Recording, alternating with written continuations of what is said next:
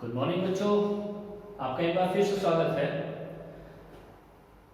आज हम जो क्रॉस पॉलिनेशन है उसकी विधियों के बारे में बात करने जा रहे हैं। क्रॉस पॉलिनेशन की विधियों के बारे में बात करने जा रहे हैं, यानी पर परागण की विधियों के बारे में बात करने जा रहे हैं।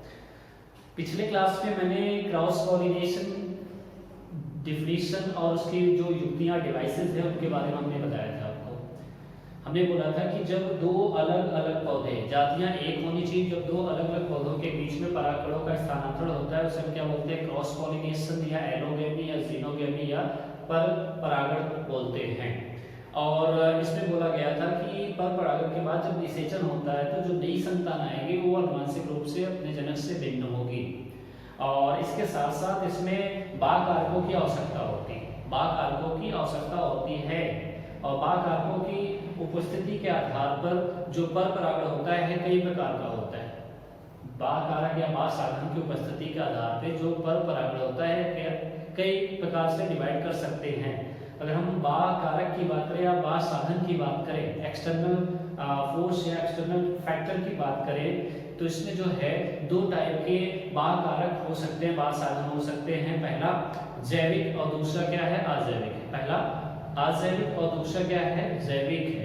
अजैविक यानी नॉन लिविंग की बात कर रहे हैं, इसमें एयर यानी वायु और वाटर यानी जल आते हैं। यानी जब परागकणों का स्थानांतरण वायु के द्वारा हो, वायु के फोर्स के द्वारा हो, तो उसे क्या बोलेंगे? वायु परागण बोलेंगे।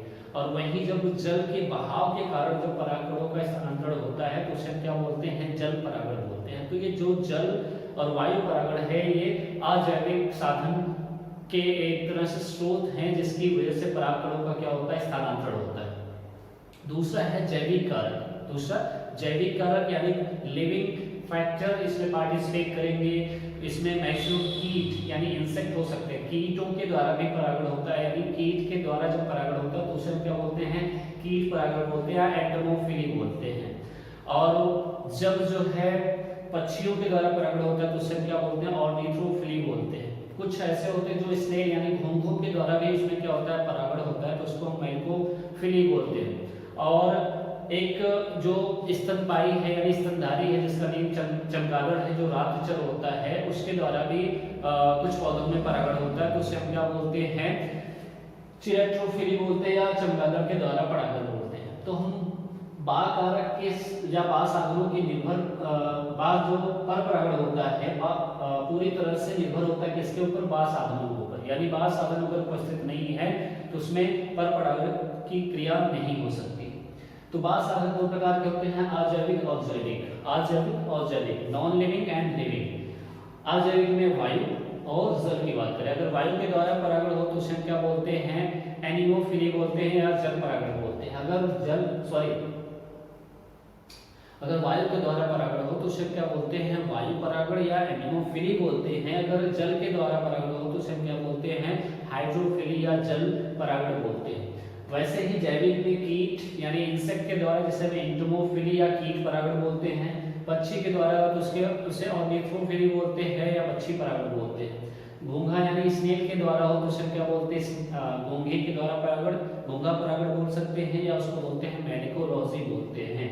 चमगादड़ के द्वारा हो तो उसे क्या बोलते हैं? चिरेट्रोफिली बोलते हैं। तो इन बाह्य साधन के आधार पे जो पर परागण होता है कई प्रकार का हो सकता है। वायु परागण यानी वायु के द्वारा, जल परागण, कीट परागण, पक्षी परागण, घोंघा परागण और चमगादड़ परागण। ये सारी चीजें क्या हैं? एक तरह से फैक्टर है, साधन है जिसकी वजह से पर परागण होता है।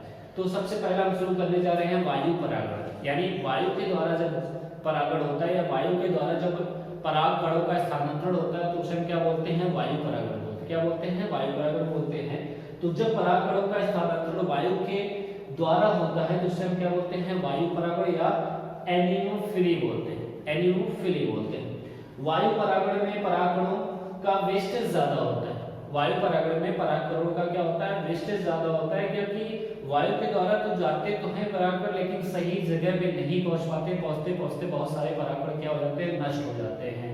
यानी एक तरह से देखें तो ये डिसाइड नहीं होता है कि परागकण कौन सा जो है उस पुष्प को परागित करेगा, अगर वायु के द्वारा निश्चित नहीं होता है।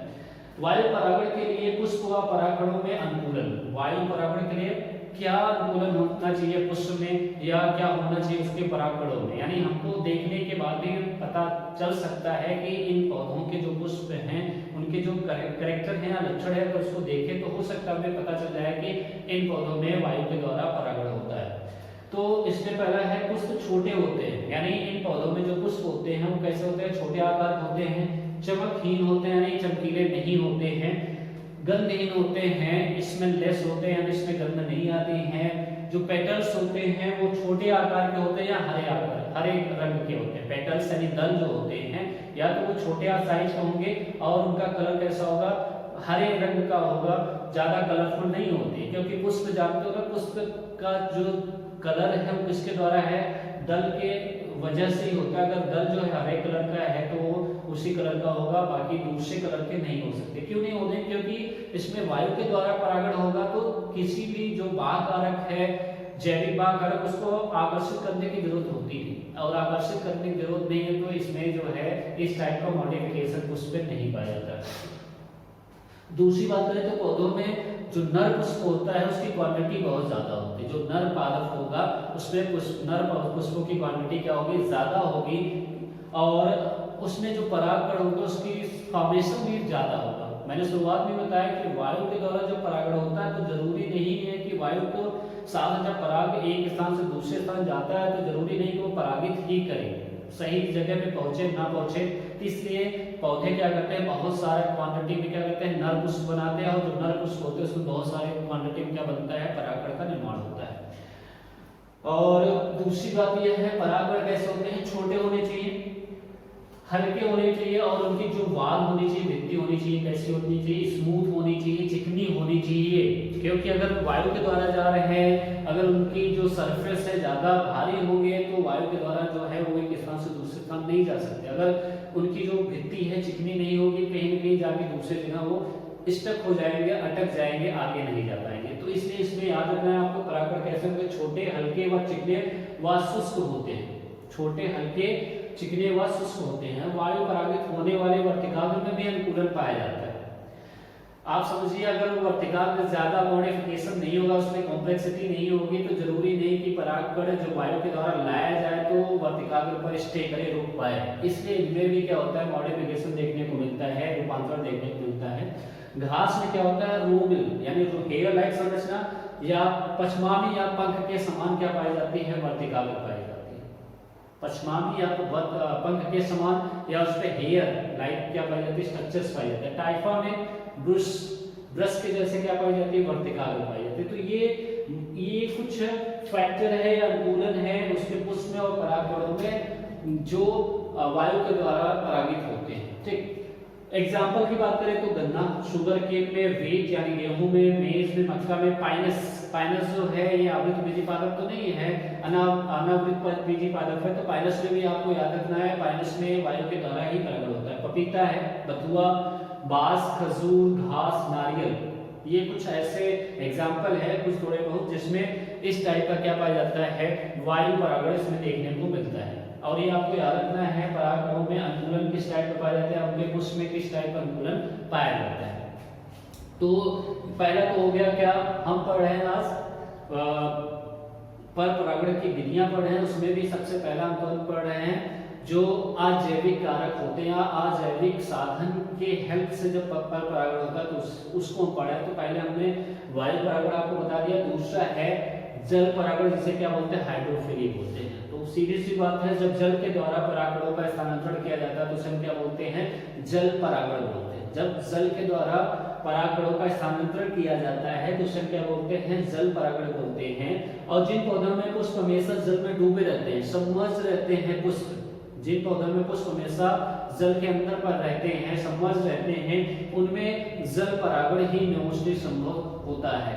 और एग्जांपल में बात करें तो सिलेटोफिलम, जोस्टोरा एंड वेनिस्नेरिया कुछ एग्जांपल्स है जिसमें ये पौधे क्या होते हैं, जल के अंदर ही डूबे रहते हैं, इनके पुष्प भी जल के अंदर होते हैं, तो इनमें जल के द्वारा ही परागण होता है।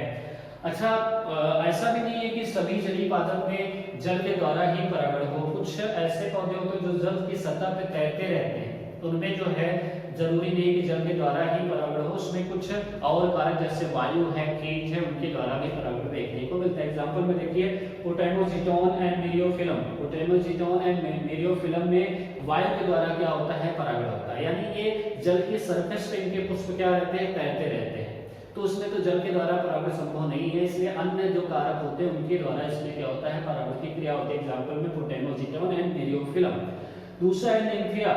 तीसरा जो एग्जांपल है निम्फिया में क्या होता है, कीटों के द्वारा परागण होता है। तो आपके दिमाग में ऐसा नहीं आना चाहिए कि जल में जितने भी पौधे उगते हैं उनमें जल के द्वारा ही परागण होता है, अन्य कारक भी उसमें सहयोग कर सकते हैं। हम कह रहे हैं कि जल में जो पौधे उगते हैं अगर वो सतह पर तैर रहे हैं तो उसमें जरूरी नहीं कि जल के द्वारा ही परागण हो, किसी अन्य कारक के द्वारा भी उसमें परागण संभव हो सकता है।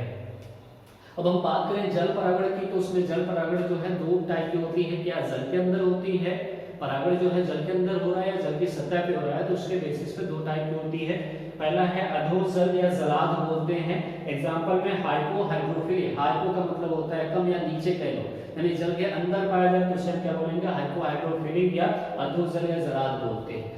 और अगर जल के सतह पे हो रहा है तो उसे हम अधिजल या जल पृष्ठ बोलते हैं या एपी हाइड्रोफिली बोलते हैं। एपी हाइड्रोफिली जल के सतह पे होगा, हाइपो हाइड्रोफिली यानी जल के अंदर होगा। एग्जांपल की बात करें तो जल के भीतर परागण होगा तो उसे अधोजल बोलेंगे। एग्जांपल में नाजास, सेरेटोफिलियम एंड जोस्टेरा। नाजास, सेरेटोफिलियम एंड जोस्टेरा पादप में क्या होता है, जल के अंदर ही परागण होता है। एक प्लांट का नेम है वेलिसनेरिया। वेलिसनेरिया एक्चुअली में वेलिसनेरिया जो प्लांट होता है ये भी पूरी तरह से जल के अंदर ही डूबा रहता है।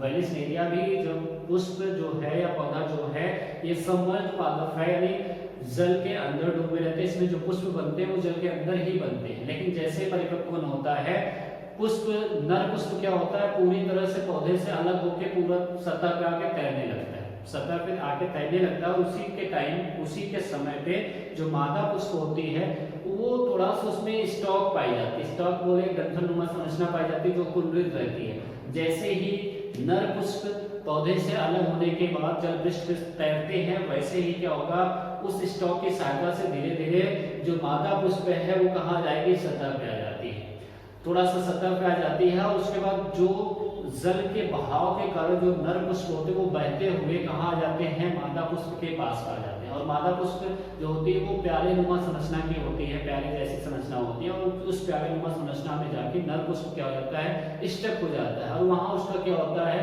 पराग कोष के स्फुटन होता है। नर पुष्प के जो पराग कोष है उनका स्फुटन होता है, स्फुटन से क्या होता है, परागकण बाहर आते हैं, और परागकण बाहर आने के बाद वो वर्तिकाग्र पर जाके अटैच हो जाते हैं। और जैसे ही परागण हो जाएगा सतह पे, वैसे फिर से डंठलनुमा संरचना नीचे की तरफ पुश हो जाती है, खिंच जाती है, और फिर मादा जो पुष्प है वो कहाँ चला जाता है, जल के अंदर चला जाता है। कहने का मतलब है इन पौधों में परागण की क्रिया जो होती है वो कहाँ होती है, जल की सतह पे होती है, लेकिन जो फर्टिलाइजेशन है या बीज का निर्माण है वो कहाँ होता है, जल के अंदर होता है। तो वेलिसनेरिया क्या है, जल के अंदर ग्रो करने वाला पौधा है, लेकिन उसमें परागण कहाँ हो रहा है, जल के सतह पे हो रहा है। तो वही चीज मैंने यहाँ मेंशन किया है कि नर तथा मादा पुष्प जल के भीतर लगते हैं, यानी पौधों के अंदर। परिपक्वन के बाद नर पुष्प, परिपक्वन के बाद जो होता है नर पुष्प पूर्ण रूप से पौधे से अलग होकर जल सतह पर तैरने लगता है। यानी यहाँ कह दे तो परागकणों का स्थानांतरण नहीं, पूरी तरह से क्या होता है, पुष्पों का स्थानांतरण होता है। तो कभी कभी आपसे पूछा जा सकता है किस पौधों में, किस जलीय पौधों में जो है परागण के समय पूरे पुष्प का स्थानांतरण हो जाता है, तो आप याद रखना वेलिसनेरिया में। उसी समय मादा पुष्प अपने बड़े कुंडलित स्टाक की सहायता से जल सतह पर आ जाती है, यानी कुंडलित रहती है। जैसे ही नर पुष्प सतह पर पहुंचता वैसे ही मादा पुष्प कहाँ जाती है, सतह पर पहुंच जाती है। मादा पुष्प पहले नुमा संरचना होती है जिसमें नर पुष्प प्रवेश करता है और स्फुटन के बाद परागकण वर्तिकाग्र तक पहुंच जाते हैं, यानी वहां तक पहुंच जाते हैं, और परागण के बाद मादा पुष्प जो होती है फिर से जल के भीतर चली जाती है उसी स्टॉक के हेल्प से। तो ये जो है वेलिसनेरिया में इस टाइप का मॉडिफिकेशन पाया जाता है। जल परागित पुष्प, अब इसमें क्या होता है कि हम कह सकते हैं कि जो जल के द्वारा जिनमें परागण होता है पौधों में, उसमें जो पुष्प होते हैं उनका आकार क्या होता है, छोटे आकार के होते हैं, तथा उसमें जो परागकण है जो परागकण हैं उनकी जो स्पेसिफिक ग्रेविटी है वो वेरिएंट होगी। आप ऐसे मानिए कि अधोजल या जलाद जिसमें किसमें पाया जा रहा है, नाजस, स्टेटोफिलम और जोस्टेरा में पाया जा रहा है। इसमें क्या होता है, जल के भीतर क्या होता है, परागण होता है। तो आप मान लीजिए अगर परागकण जल के जो है डेंसिटी से अगर कहीं ना कहीं ज्यादा होगा, बहुत ज्यादा होगा तो क्या होगा, डूब जाएगा, नीचे की तरफ चला जाएगा। अगर हल्का होगा तो क्या होगा, तैरने लगेगा। तो इसमें पॉसिबल नहीं है कि परागण हो पाए। इसलिए जल और जो परागकण है उनकी स्पेसिफिक ग्रेविटी क्या होनी चाहिए, लगभग एक जैसा होना चाहिए, डेंसिटी एक जैसा होनी चाहिए, तभी वो परागण होगा। तो जलीय पौधों में जो परागण अधोजल के द्वारा होता है उसके परागकण की डेंसिटी जल के बराबर होती है। लेकिन जो अधिजल या जल पृष्ठ वाले होते हैं उसमें क्या होता है, उसकी जो परागकण होती है उसकी डेंसिटी जल से क्या होती है, कम होती है, तभी वो तैर पाएगा। अगर ज्यादा होगी तो वो डूब जाएगा, या बराबर होगी तो अंदर की तरफ होगा, तभी परागण पॉसिबल नहीं है। तो जल परागित पुष्प छोटे तथा इस परागकण की स्पेसिफिक ग्रेविटी अधोजल परागित पुष्प में जल के बराबर तथा अधिजल पुष्प में जल से कम होती है। और ये जो स्पेसिफिक ग्रेविटी है ये मेंटेन कैसे रहती है, एक्चुअली में इन परागकणों में क्या पाया जाता है, कुछ स्टार्च के ग्रेन्यूल्स, दानेदार संरचना पाई जाती है, एक या दो, इसलिए वो स्पेसिफिक ग्रेविटी उसकी क्या होती है, मेंटेन रहती है। ठीक, तो आज हमने जो है अभी प्रेजेंट टाइम में आज शुरुआत किया था क्या, पर परागण की विधियां, और उसमें हमने आज आपको आज जैविक साधनों के आधार पर परागण की दो विधियां बताई। एक क्या था, वायु परागण जिसे क्या बोलते हैं, एनिमोफिली बोलते हैं। दूसरा है जल परागण जिसे क्या बोलते हैं, हाइड्रोफिली बोलते हैं। और इनमें क्या क्या अनुकूलन पाया जाता है इस तरह के परागण के लिए, ये भी हमने आपको बताया है। अब आगे जो है शुरू करेंगे हम जो दूसरा कारक है जिसका नेम है जैविक साधन के आधार पर परागण की विधियां। ओके।